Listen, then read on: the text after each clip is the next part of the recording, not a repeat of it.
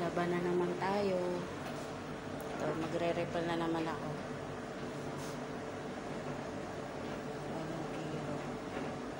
Ayan, mga gamit ko sa paglalaba. Dalawang klaseng sabon. Ito para sa basahan. Ito para sa mga damit.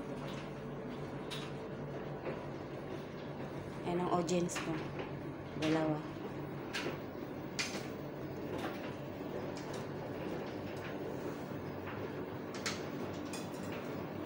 Ito yung basahan. Ang sabon ng basahan nito. Dalawang machine, dalawang dryer.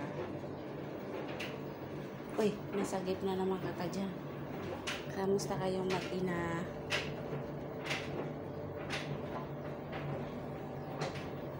Nakasmile. Ito lagayan ng sabon. Wala na. Kaya magre-refill. Ariel ang gamit.